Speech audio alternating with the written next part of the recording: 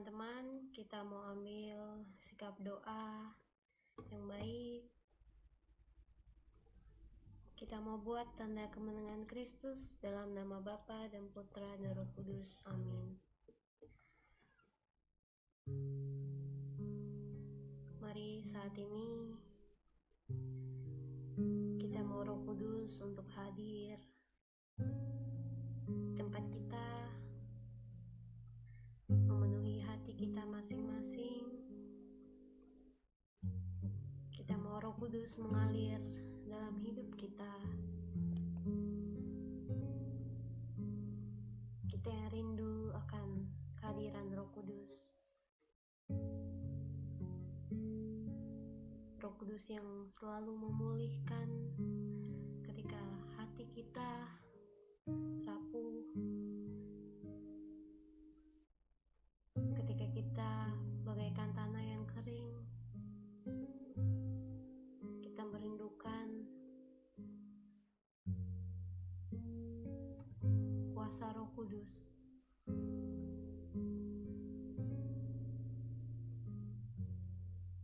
Saat ini kita mau rasakan Roh Kudus benar-benar hadir.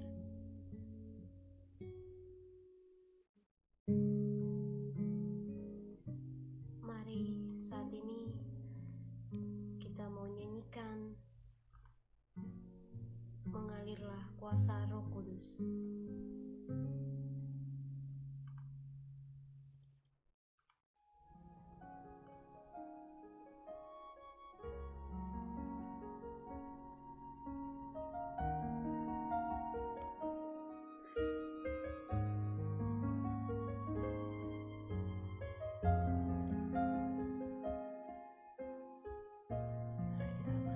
Merasakan kehadiran Roh Kudus dalam hati kita, bagaikan tanah kering, bagaikan tanah kering yang merindukan air.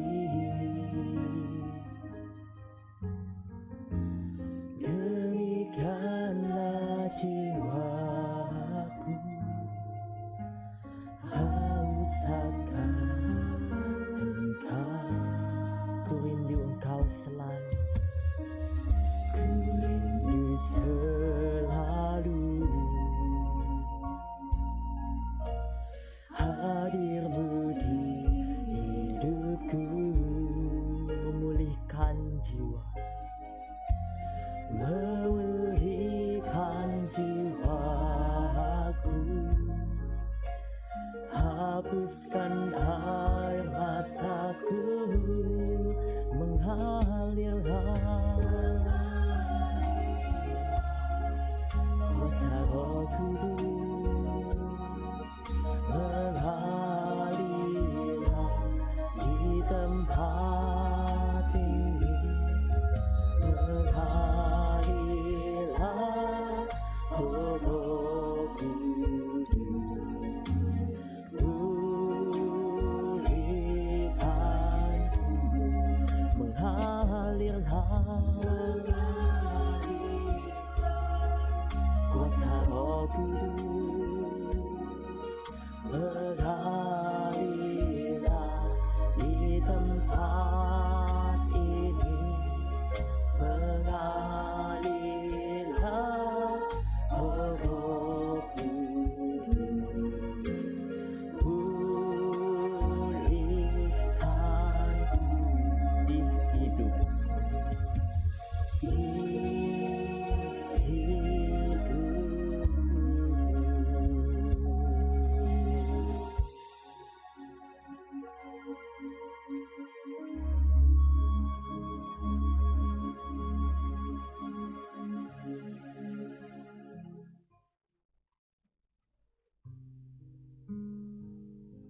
Kita sekarang merasakan bahwa Roh Kudus nyata dalam hidup kita.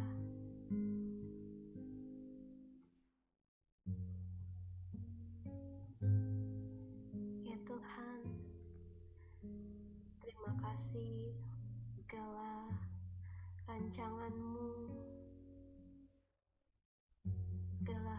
hadirat Roh Kudus dalam hidup kami, yang selalu memampukan kami, sehingga sampai sekarang kami tetap setia untuk melayani-Mu. Ya Tuhan, kiranya segala acara kami saat hari ini, biarlah hadirat Roh Kudus-Mu dan hadirat-Mu lah yang memberkati kami, agar kami satu sama lain selalu sehati, sharing iman, sehingga kami selalu tetap teguh dan setia untuk memuliakan dan menyembah Engkau. Kemuliaan kepada Bapa, Putra, dan Roh Kudus, seperti pada permulaan, sekarang, selalu, dan sepanjang segala abad. Amin. Mari teman-teman, saat ini kita mau masuk ke gerbang Tuhan. Kita dengan hati bersyukur, kita mau nyanyikan bahwa Tuhan baik dan anugerahnya kekal untuk selama-lamanya. Mari sekarang kita mau nyanyikan, mari masuk gerbangnya. Iya, ayo kita mau memuji Tuhan bersama-sama. Mari masuk ke gerbangnya. Kita nyanyi bareng-bareng ya teman-teman.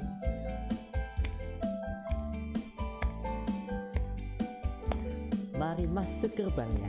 Mari masuk gerbangnya dengan hati bersyukur, halamannya dengan pujian, penuhi baitnya, penuhi baitnya dengan nyanyian syukur, hadiratnya penuh sukacita, sebab Tuhan Dia baik, sebab Tuhan Dia baik, dan anugerahnya kekal selama-lamanya. Amin. Sebab Tuhan Dia baik, dan anugerahnya kekal selama-lamanya. Amin. Sekali lagi, mari masuk gerbangnya. Mari masuk gerbangnya dengan hati bersyukur, halamannya dengan pujian, penuhi baitnya, penuhi baitnya dengan nyanyian syukur, hadiratnya penuh sukacita, sebab Tuhan Dia baik, dan anugerahnya besar selama-lamanya. Amin. Sebab Tuhan Dia baik, dan anugerahnya kekal selama-lamanya. Amin. Selama-lamanya. Amin. Selama-lamanya. Amin. Selama-lamanya. Amin. Selama-lamanya. Amin.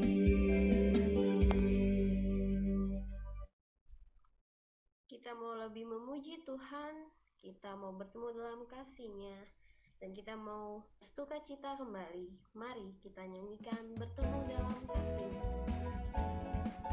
Ya, kita lebih memuji Tuhan lagi ya.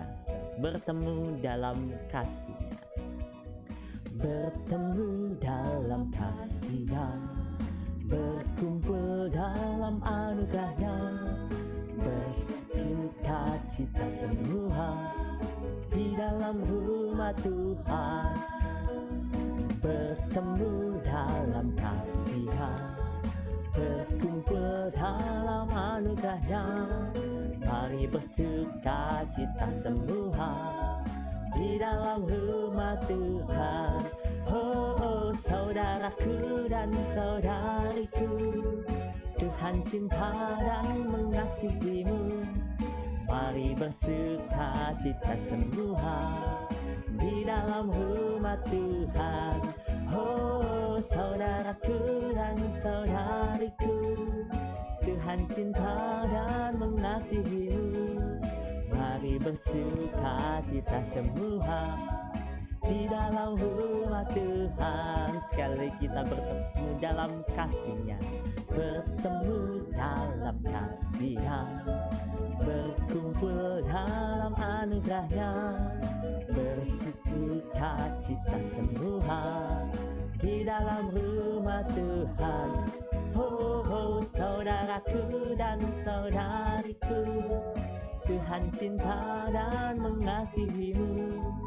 Mari bersuka cita semua di dalam rumah Tuhan. Oh saudaraku dan saudariku, Tuhan cinta dan mengasihimu. Mari bersuka cita semua di dalam rumah Tuhan, di dalam rumah Tuhan, di dalam rumah Tuhan, di dalam rumah Tuhan, di dalam rumah Tuhan.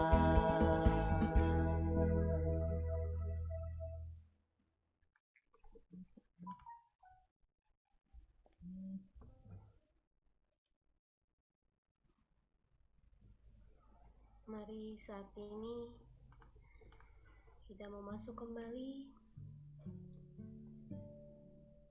Kita mau tenangkan hati kita.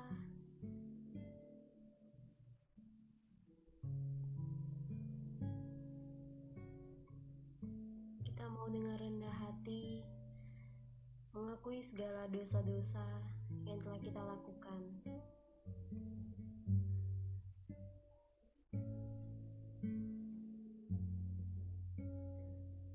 Mungkin beberapa waktu lalu kita yang lebih mementingkan diri kita sendiri dibandingkan orang lain. Kita yang lupa bersyukur akan kebaikan Tuhan.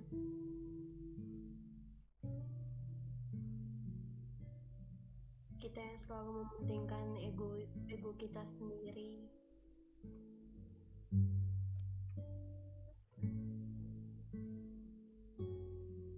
Kita marah akan hal-hal yang terjadi di dunia ini.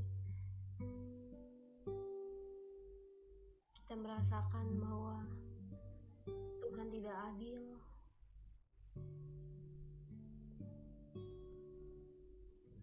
Bahkan kita merasa Tuhan tidak pernah menolong kita.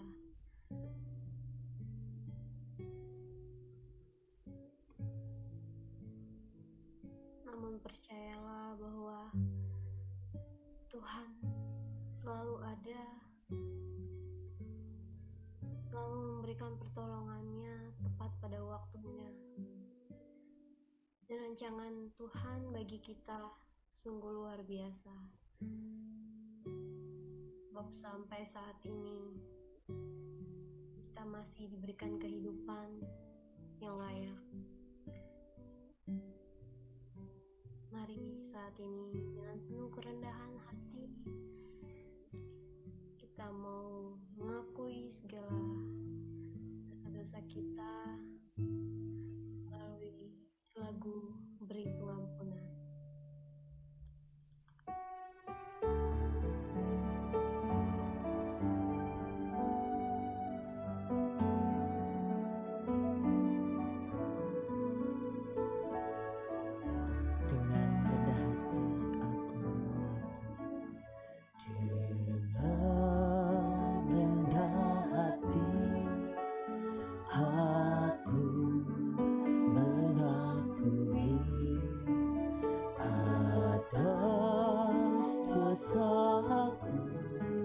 Selama ini,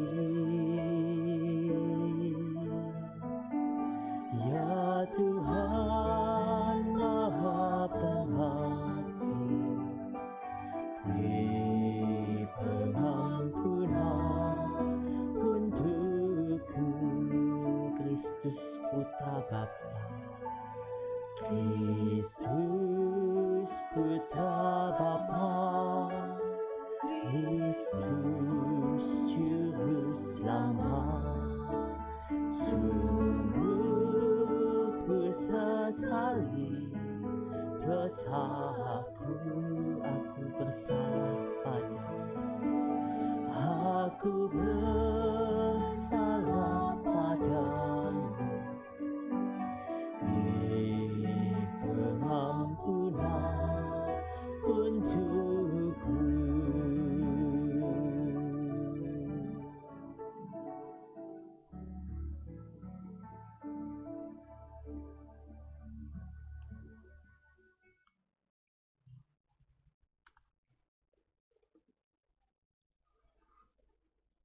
Tuhan yang begitu baik dalam hidup kita, yang telah menebus dosa-dosa umat manusia. Tuhan yang selalu memberikan rencana-rencana indahnya dalam hidup kita. Dia memberikan keluarga, teman-teman, begitu luar biasa menemani hidup ini.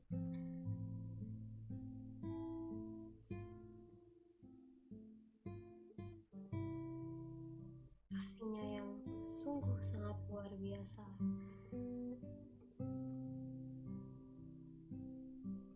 Kita yakin bahwa rencana indahnya akan terjadi dan akan tepat pada waktunya.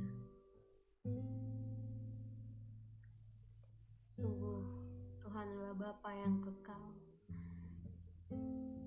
Dia selalu memulihkan kita ketika kita mengalami kesulitan dalam hidup ini. Dia tidak akan membiarkan kita melangkah sendirian, namun Dia selalu ada untuk kita.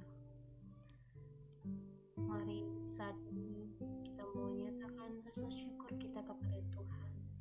Kita mau nyanyikan Bapa yang kekal.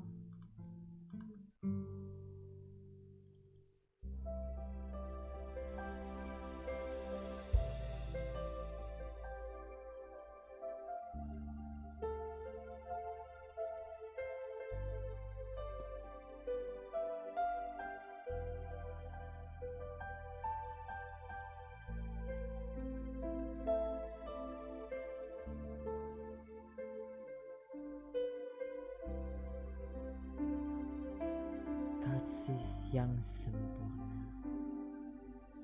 kasih yang sempurna telah ku terima darimu, bukan karena kebaikanmu, hanya oleh kasih karuniamu. Kau pulihkan aku, layakkan ku untuk dapat memanggilmu. Apa kau beri yang ku pinta, saat ku mencari ku mendapatkan. Ku ketuk pintumu dan kau bukakan, sebab kau Bapa-Ku, Bapa yang kekal. Takkan kau biarkan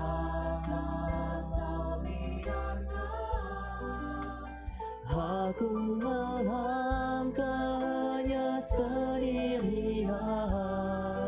Kau selalu ada bagiku, sebab kau Bapa-Ku, Bapa yang kekal. Sekali lagi kita rasakan kasih-Nya, kasih yang sempurna, kasih yang sempurna telah ku terima darimu, bukan karena kebaikanmu,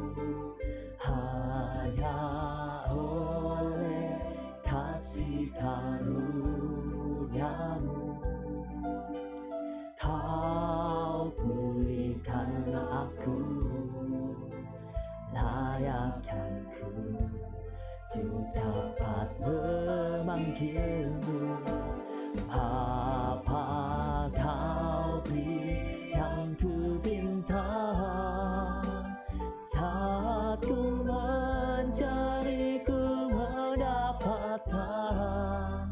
Ku ketuk pintumu dan kau bukakan, sebab kau Bapa-Ku, apa yang kekal takkan kau biarkan. Aku melangkahnya sendirian, kau selalu ada bagiku, sebab kau Bapa-Ku, Bapa yang kekal. Sebab kau Bapa-Ku, Bapa yang kekal. Sebab engkau Bapa yang kekal.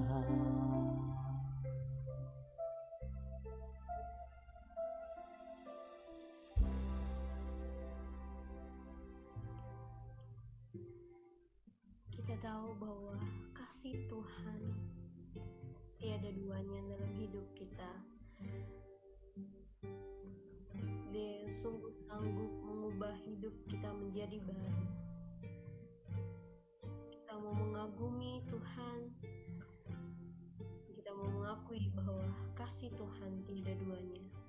Mari saat ini kita mau menyembah Tuhan. Kita mau nyatakan dengan lagu kasih-Mu tiada duanya.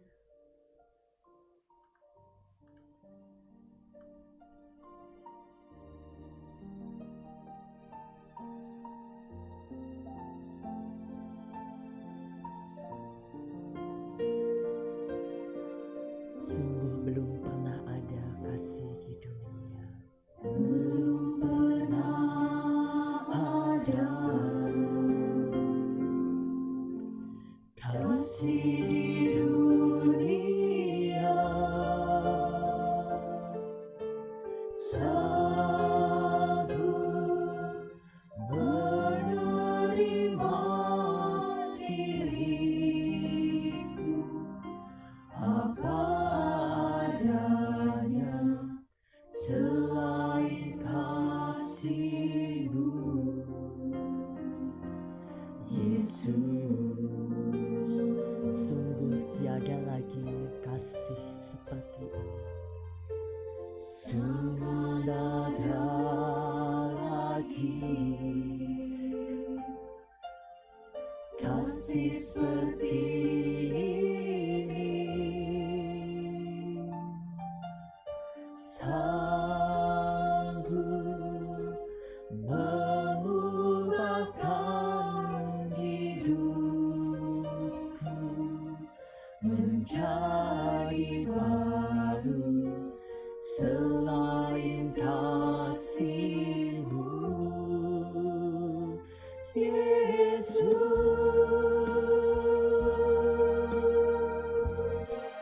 Kau ku kagumi, Kau ku kagumi dalam hati, kasih-Mu tiada duanya, sampai kini ku akui kasih-Mu tiada duanya. belum pernah ada, Belum pernah ada kasih di dunia, sanggup menerima diriku apa adanya, selain kasih-Mu, Yesus. Takkan ada Takkan ada lagi kasih seperti ini, sanggup mengubahkan hidupku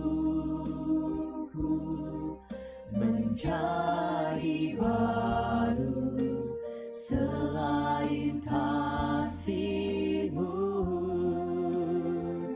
Yesus. Kau ku kagumi, Kau ku kagumi dalam hati,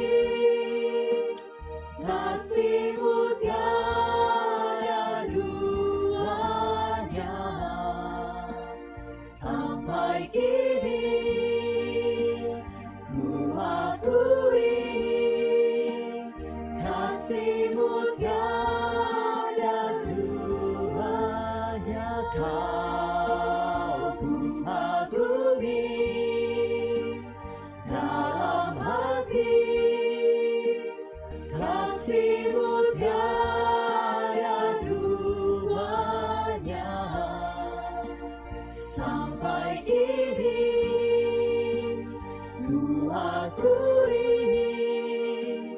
kasih-Mu tiada duanya. Kasih-Mu tiada duanya. kasih-Mu tiada duanya. Kasih-Mu tiada duanya.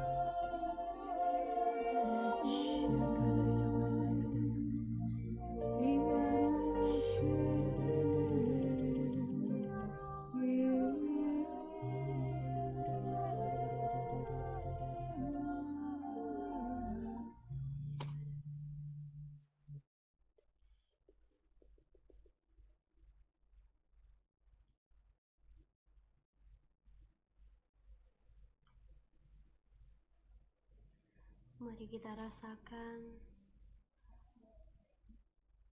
bahwa kasih Tuhan benar-benar nyata dalam hidup kita. Jangan pernah kita takut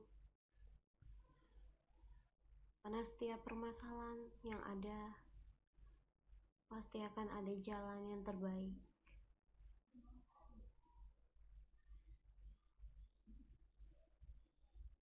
Ya Tuhan, kami anak-anak-Mu, kami yang ingin selalu setia untuk melayani-Mu. Tuntunlah kami selalu Tuhan, untuk segala hidup yang kami jalani ini, biarlah segalanya seturut kehendak-Mu. Dan sebentar lagi ya Tuhan, kami akan mendengarkan pengajaran dari Ci Anita. Kiranya Kau pimpinlah Ci Anita, agar pengajarannya dapat sesuai dengan kehendak-Mu, dan biarlah kami menjadi pendengar yang baik, dan pengajaran tersebut dapat kami lakukan di kehidupan kami sehari-hari.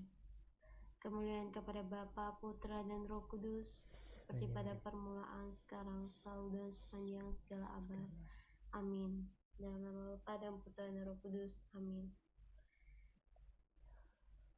Silakan Ci Anita. Halo Ci Novi, sudah join ternyata. Halo.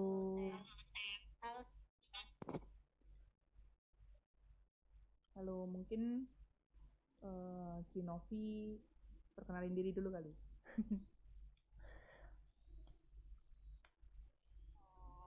Oke, halo semuanya, saya Novia.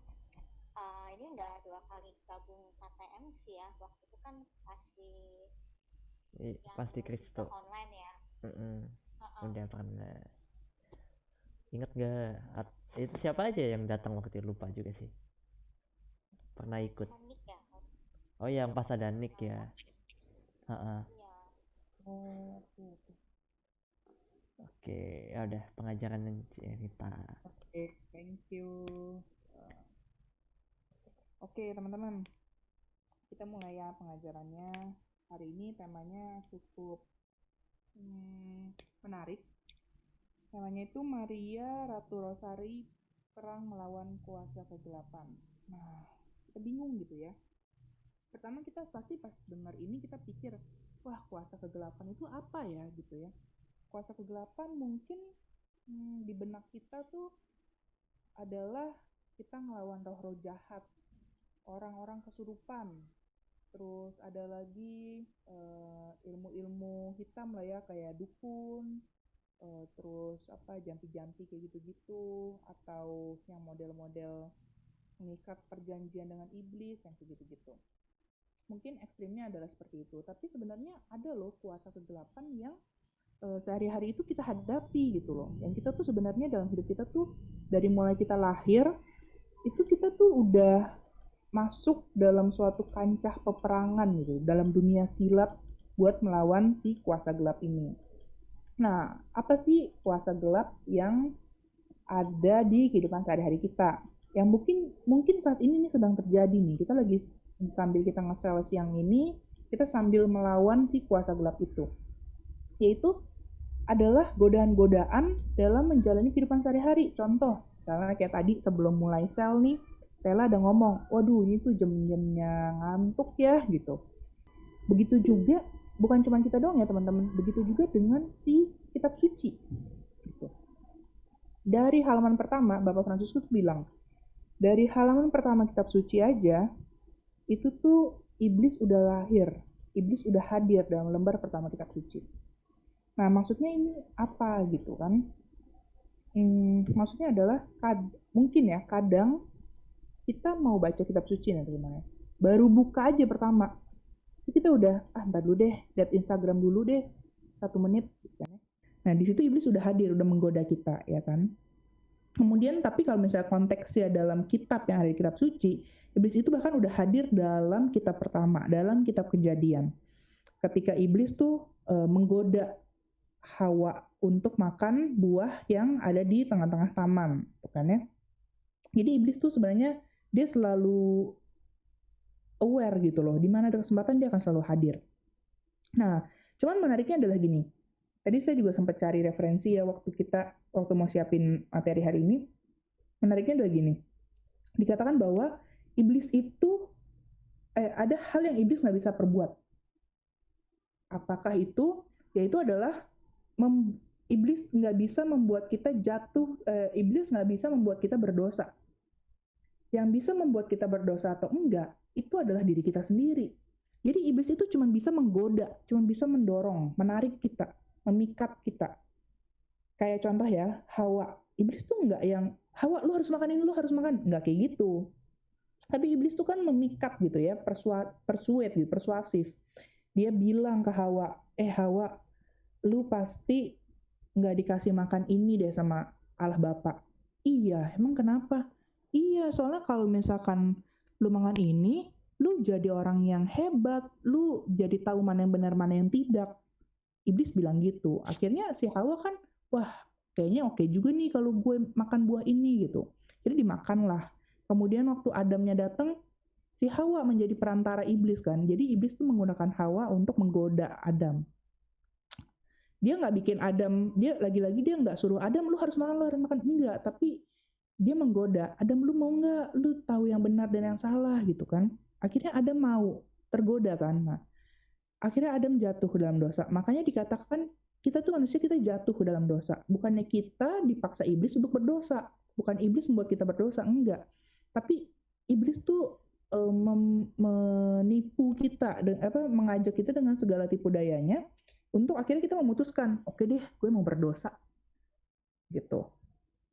Seperti itu. Mungkin ketika kita memutuskan itu, alam bawah sadar kita yang teman-teman ya. Mungkin kita mikir gini, dibanding kita bangun tidur terus bantuin orang tua yang lagi bersih-bersih atau lagi masak gitu ya, mendingan saya pura-pura tidur lagi aja gitu. Nah, itu adalah dalam diri kita, sebenarnya kita memutuskan untuk saya mau berdosa atau saya mau tidak berdosa gitu. Nah, oke, lanjut. Kemudian dalam Kejadian bab 3 ayat 15, Tuhan tuh mengutuk iblis oleh karena menghantar manusia jatuh dalam dosa. Ayatnya gini, aku akan mengadakan permusuhan antara engkau dan perempuan ini, antara keturunanmu dan keturunannya. Keturunannya akan meremukan kepalamu dan engkau akan meremukan tumitnya. Nah, yang dimaksud siapa? Yang dimaksud itu adalah Maria.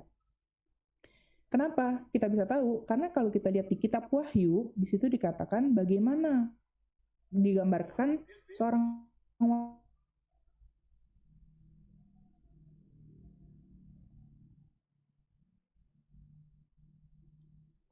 sinyal sepertinya.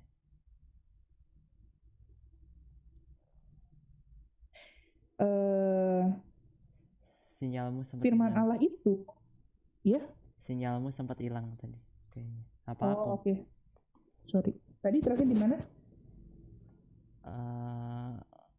Aduh. Yang penting beberapa kata sebelum lah, beberapa kalimat sebelum. Oh, oke. Oke, jadi tadi aku coba bahas tentang yang Maria melawan kuasa kegelapan ya. Oke. Nah, tadi kan aku sudah bahas tentang yang bahwa kita nih bisa memutuskan apakah diri kita ini mau berdosa atau enggak. Nah, hal itu sebenarnya tercermin dalam keadaan saat ini gitu loh. Kalau misalkan kita lihat ya, mungkin sekarang banyak sekali penderitaan di dunia. Contoh penderitaan-penderitaannya, ada wabah, penyakit, terus adalah kecelakaan, perang, bencana alam, dan lain-lain. Kalau kita ngomong misalkan kecelakaan, kenapa bisa terjadi kecelakaan? Yaitu karena bisa jadi ya karena kesalahan mesin bisa, tapi karena kesalahan manusia yang mungkin dia ngebut-ngebutan mungkin, atau dia nggak mawas diri, yang kayak gitu. Peperangan, nah di situ ada juga keputusan manusia untuk berdosa, menciptakan perang itu dengan cara mungkin dia iri hati, dengan cara dia dengki, mengadu domba, seperti itu. Kemudian bencana alam, itu juga salah satu impact dari keputusan manusia untuk berdosa. Buang sampah sembarangan, menebang pohon secara besar-besaran, yang kayak gitu-gitu. Nah, tanpa kita sadari penderitaan-penderitaan di dunia itu sumbernya ya dari dosa-dosa kita. di mana itu adalah caranya setan, iblis dalam membangun kerajaannya di dunia. Gitu. Walaupun kita tahu bahwa firman Allah itu tinggal di tengah-tengah kita. Udah banyak banget tanda dan mujizat yang dibuat oleh Tuhan. Kalau sekarang yang lagi hitsnya ya teman-teman, mungkin siapa namanya yang lagi mau ada yang tahu? Santo siapa?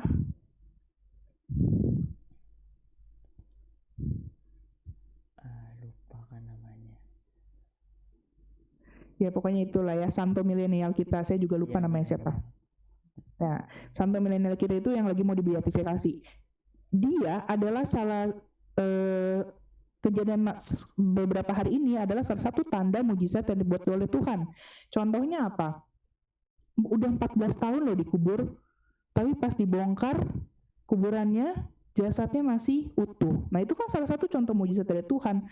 Di depan mata kita sendiri di zaman milenial kayak gini, Tuhan tuh menunjukkan kebesarannya. Tapi apa? Kita belum tentu mau membuka hati buat Tuhan gitu loh. Walaupun udah di depan mata nih dikasih lihat. Kayak gitu. Nah itulah dengan kita tidak membuka hati itu, kita membantu setan untuk mengembangkan kerajaannya itu. Contoh-contoh lagi, betapa hebatnya manusia jatuh ke dalam dosa di zaman sekarang ya. Ada aborsi, kemudian kerusakan moral yang semakin hebat.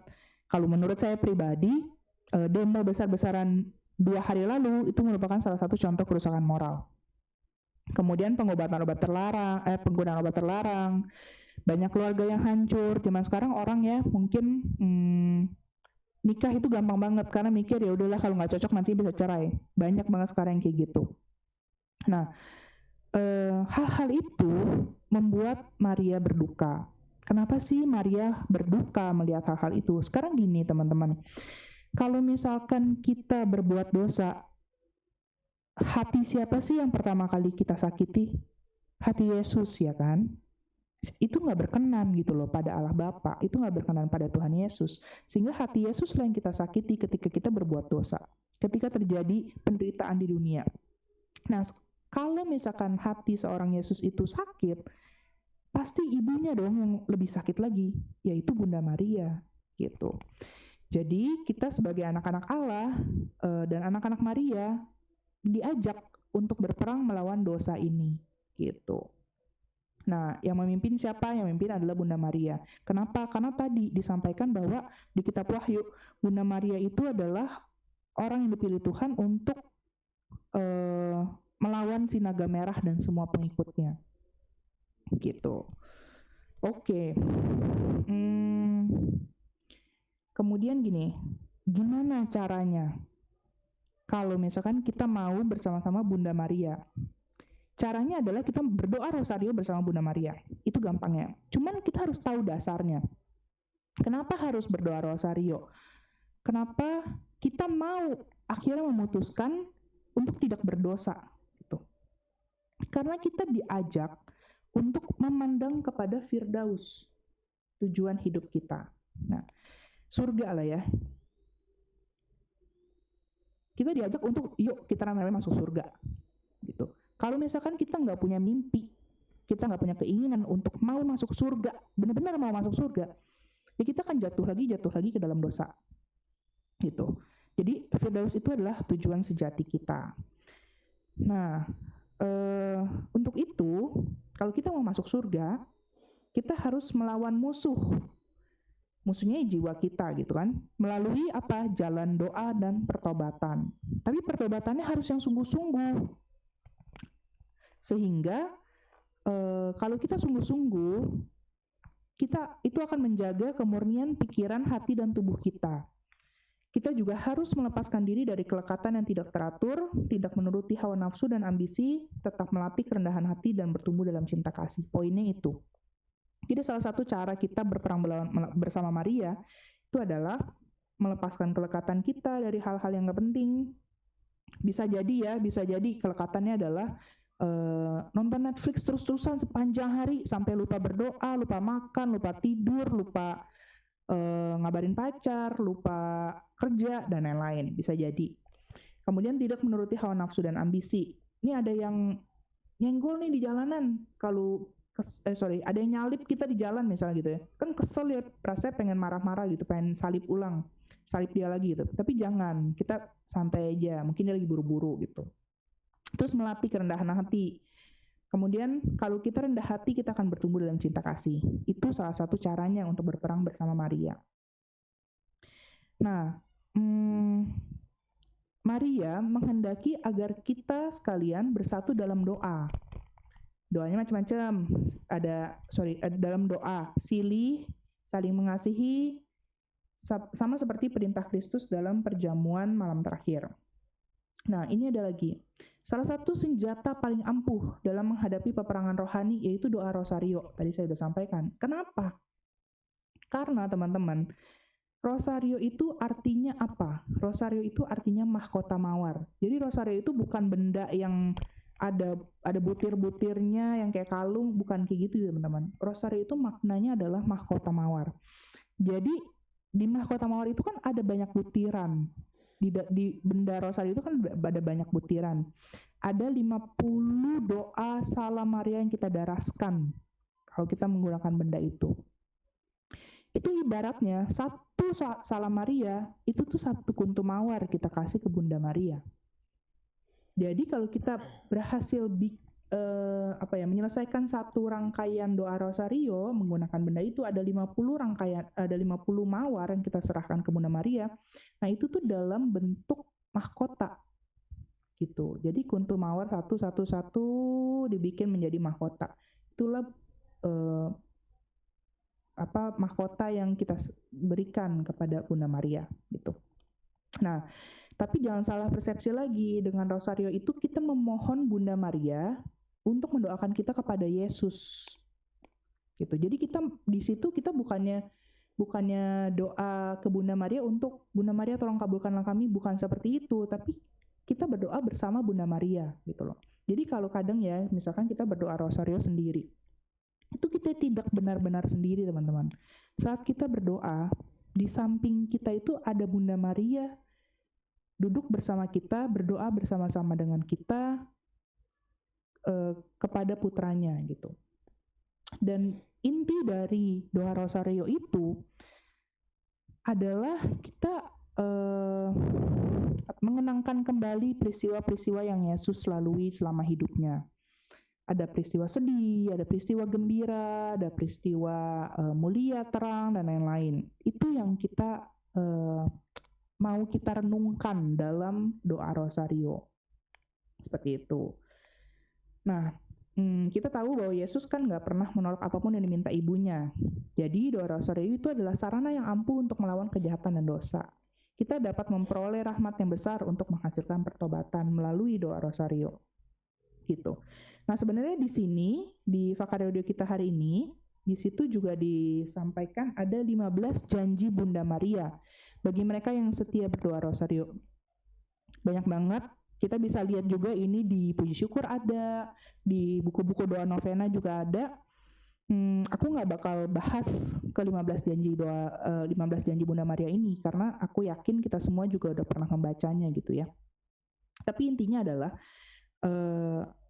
kalau tadi di judulnya itu disampaikan bahwa Bunda Maria Ratu Rosario perang melawan kuasa kegelapan, intinya adalah kuasa kegelapan itu adalah hal-hal sehari-hari di mana kita diberikan porsi oleh Tuhan untuk memutuskan apakah kita mau jatuh dalam dosa atau tidak. Dan caranya agar kita tetap teguh berjuang, tidak jatuh dalam dosa, caranya adalah kita minta bantuan Bunda Maria untuk berdoa bersama-sama dengan kita, yaitu dari doa rosario itu. Oke. Sekian dari aku, teman-teman. Kalau ada yang mau nambahin, silahkan.